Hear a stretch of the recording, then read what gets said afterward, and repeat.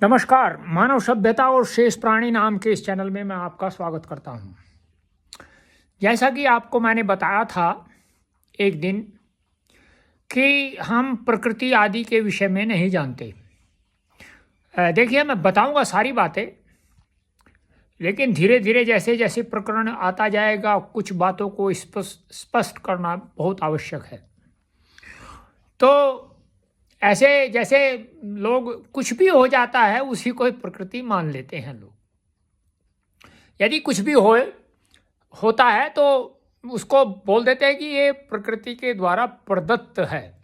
जब मनुष्य की समझ में नहीं आता तो उसको वो प्रकृति प्रदत्त बोल देता है। ऐसा ये मनुष्य का ने अपना एक नैमित्तिक स्वभाव बना लिया है। अब आपको जो है प्रकृति के ऊपर जो है हम विचार करते हैं। आइए, महाभारत नाम का एक ग्रंथ है, उसमें क्या बताया जाता है। आपको प्रामाणिकता इसलिए प्रामाणिक क्योंकि ये सत्य पर आधारित है, तो प्रामाणिक ग्रंथों से ही इसका आधार लिया जाएगा। तो जो महाभारत का दान धर्म पर्व है उसको अनुशासन पर्व भी बोलते हैं। उसका 145वां अध्याय है। उसमें आता है नित्यमेकम अणुव्यापी क्रियाहीनम हेतुकम अग्राह्यम इंद्रिय सर्वैरेतद व्यक्त लक्षणम। फिर दूसरा क्या कहता है, अव्यक्तम प्रकृतिर्मूलम प्रधानम योनिर्वयम अव्यक्तस्यैव नामानि शब्दै पर्यायवाचकै। ऐसा कुछ वहाँ बोला जाता है। बताएंगे आप इसको क्या है इसका। फिर जो है इसका एक और श्लोक है, तमो व्यक्तम शिवम धाम धाम रजो योनि सनातने प्रकृतिर्विकार है प्रलय प्रधानम प्रभावाप्ययौ। अगला है अनुद्रिक्तम अनुद्रिक्तम नूनम वाप्य कंपम चलम ध्रुवम। थोड़ी इसके क्योंकि इसमें वो होती है संधियां, बहुत बड़े बड़े शब्द बन जाते हैं। तो इसमें है अनुद्रिक्तम अनूनम व्याप्य कंपम चलम ध्रुवम सद सच्चैव तत् सर्वम व्यक्तम त्रिगुणम स्मृतम। इन श्लोकों से प्रकृति रूप पदार्थ के निम्न गुणों का प्रकाश होता है। अब क्या है प्रकृति का? प्रकृति का एक पदार्थ है, उसका नाम है नित्य। क्या होता है ये पदार्थ? यह पदार्थ सदैव विद्यमान रहता है। कोई भी अवस्था हो, इस पदार्थ का कभी अभाव नहीं होता। यह अजन्मा भी है और अविनाशी भी है। सब कुछ जो है अपने कारण में विलीन हो जाता है, किंतु यह न तो जन्म लेता है और न इसका विनाश होता है। यह किसी कारण में लीन होता है। अब जो है दूसरा है एक। महाप्रलय काल में अर्थात ब्रह्मांड की उत्पत्ति से पूर्व यह पदार्थ संपूर्ण अवकाश रूप आकाश में सर्वथा एक रस भरा रहता है। इसमें कोई भी उतार चढ़ाव अथवा सघनता व विरलता का भेद प्रलयावस्था में नहीं होता।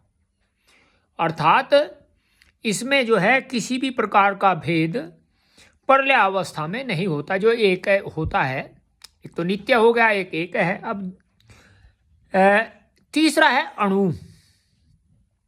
यह जड़ पदार्थ की सबसे सूक्ष्म अवस्था में विद्यमान होता है। जो सबसे सूक्ष्म जो है वो होती है अवस्था जड़ पदार्थ की, उसमें यह विद्यमान होता है।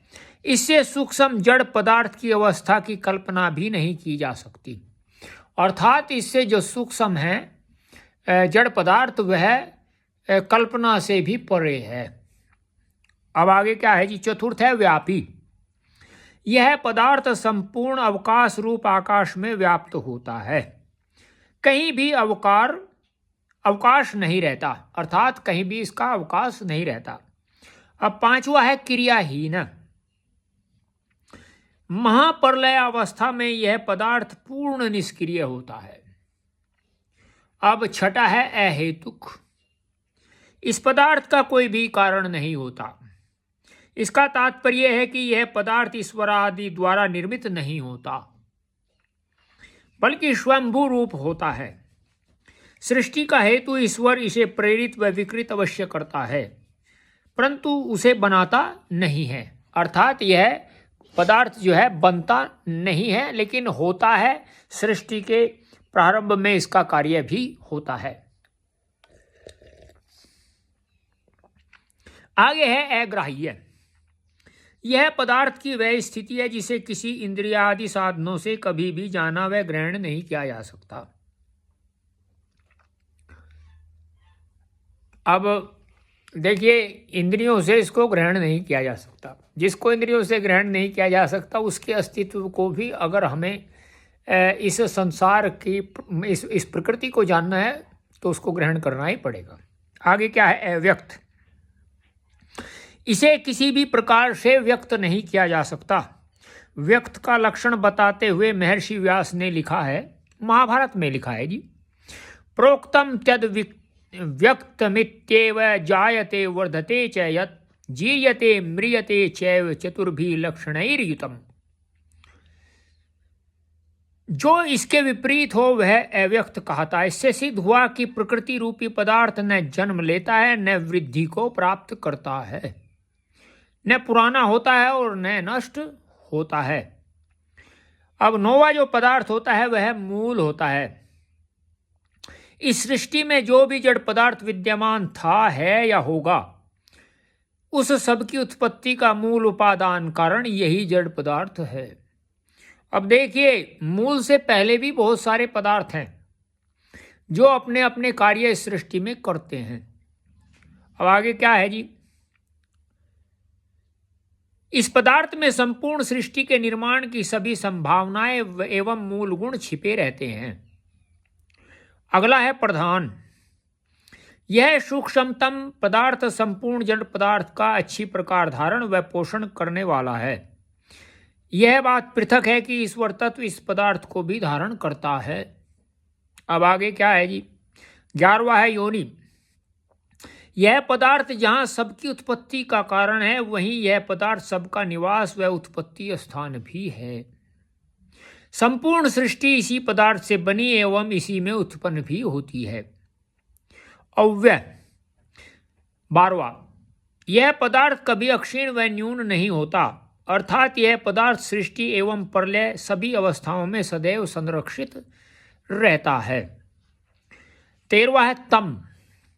यह पदार्थ ऐसे अंधकार रूप में विद्यमान होता है, वैसा अंधकार अन्य किसी भी अवस्था में नहीं हो सकता। और 14वां है व्यक्त। यहाँ अव्यक्त प्रकृति का व्यक्त विशेषण हमारी दृष्टि में यह संकेत दे रहा है कि सत्व, रजस एवं तमस, इन तीनों गुणों में से सत्व व रजस को तो कोई लक्षण महाप्रलय में विद्यमान नहीं होता, किंतु तमस गुण का एक लक्षण अंधकार अवश्य व्यक्त रहता है। स्वतंत्र अव्यक्त कही जाने वाली प्रकृति का यहाँ व्यक्त विशेषण इसी कारण बतलाया गया प्रतीत होता है। इसके साथ ही इसका आशय यह भी है कि यह अव्यक्त प्रकृति ही व्यक्त जगत के रूप में प्रकट होती है। इसके साथ ही यह पदार्थ ईश्वर व जीवात्मा के सापेक्ष व्यक्त भी होता है। अब अगला है 15वां शिवधाम। सेते असौ शिव है से संकेत मिलता है कि यह सूक्ष्मतम पदार्थ सोया हुआ सा रहता है। यह पदार्थ प्रत्येक जड़ पदार्थ का धाम है, अर्थात सभी पदार्थ इसी में रहते हैं। इसके साथ ही जीव के कल्याण अर्थात भोग व मोक्ष का शरीर रूपी साधन इसी से निर्मित होता है। 16वां है रजो योनि। सृष्टि उत्पत्ति के प्रारंभ से लेकर प्रलय के प्रारंभ होने तक प्रत्येक रजोगुणी प्रवृत्ति इसी कारण रूप पदार्थ में ही उत्पन्न होती है। इससे बाहर कोई भी उत्पत्ति आदि क्रियाएं कभी नहीं हो सकती। 17वां है सनातन। यह पदार्थ सनातन है, अर्थात इसका कभी अभाव नहीं हो सकता, न यह कभी उत्पन्न हो सकता और न कभी नष्ट हो सकता है। 18वां है विकार। यह पदार्थ ही विकार को प्राप्त करके सृष्टि में नाना पदार्थों के रूप में प्रकट होता रहता है। इस पदार्थ के अतिरिक्त किसी अन्य पदार्थ अर्थात ईश्वर व जीवात्मा नामक दोनों चेतन पदार्थों में कभी विकृति नहीं आ सकती। इस कारण वे दोनों पदार्थ किसी भी पदार्थ के उपादान कारण नहीं हो सकते। 19वां है प्रलय। इस सृष्टि में जो भी पदार्थ नष्ट होने योग्य है वह नष्ट होकर अपने कारण रूप प्रकृति पदार्थ में ही लीन हो जाता है। महर्षि कपिल मुनि ने इसे ही नाश कहते हुए कहा है, नाश है कारण लय। जो अपने कारण में लय हो जाता है उसी को नाश कहते हैं। और शेष मैं कल बताऊंगा आपको। ये आपको मैं बताया कि जब प्रकृति बनती इन्हीं पदार्थों से जो है प्रकृति का निर्माण होता है आगे। अब वो प्रकृति का निर्माण कैसे होता है ये भी आपको बताया जाएगा। आप जो है इस चैनल पर बने रहिए। अपनी जो है आपको यदि अच्छा लगे ये चैनल तो आप इसको सब्सक्राइब करिए, लाइक करिए, शेयर करिए, कमेंट करिए। इंस्टाग्राम एवं फेसबुक पर भी फॉलो करिए।